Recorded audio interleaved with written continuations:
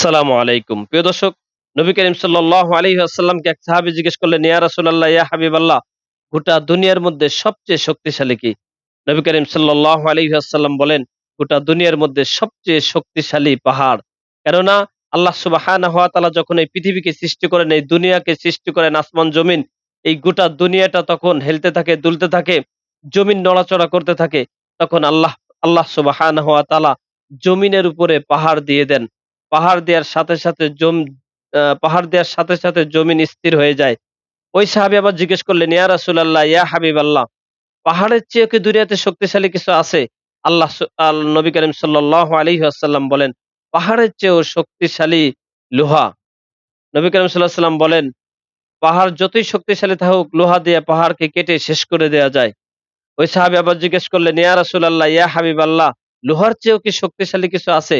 নবী করিম সাল্লাল্লাহু আলাইহি ওয়াসাল্লাম বলেন, লোহার চেয়েও শক্তিশালী আগুন।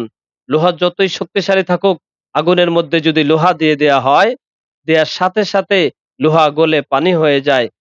নবী করিম সাল্লাল্লাহু আলাইহি ওয়াসাল্লামকে আবার ওই সাহাবী জিজ্ঞেস করলেন, ইয়া রাসূলাল্লাহ, ইয়া হাবিবাল্লাহ, আগুনের চেয়েও কি শক্তিশালী কিছু আছে? নবী করিম সাল্লাল্লাহু আলাইহি ওয়াসাল্লাম বলেন, আগুনের চেয়েও শক্তিশালী পানি। আগুন যতই শক্তিশালী থাকুক না কেন, আগুনের মধ্যে যদি পানি ঢেলে দেয়া হয়, আগুন নিভে যায়। ওই সাহাবী আবার জিজ্ঞেস করলেন, ইয়া রাসূলাল্লাহ, ইয়া হাবিবাল্লাহ, পানির চেয়েও কি শক্তিশালী কিছু আছে?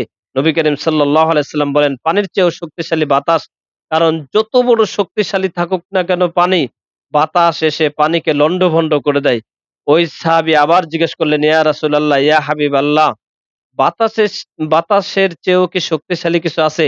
নবী করিম সাল্লাল্লাহু আলাইহি ওয়াসাল্লাম তার প্রত্যুত্তরে বলেন, বাতাসের চেয়ে, আগুনের চেয়ে, লোহার চেয়ে, পাহাড়ের চেয়ে, গোটা পৃথিবীর চেয়ে শক্তিশালী বেশি আল্লাহর প্রত্যেকটা মুমিন এবং প্রত্যেকটা বান্দা-বান্দীর ঈমান।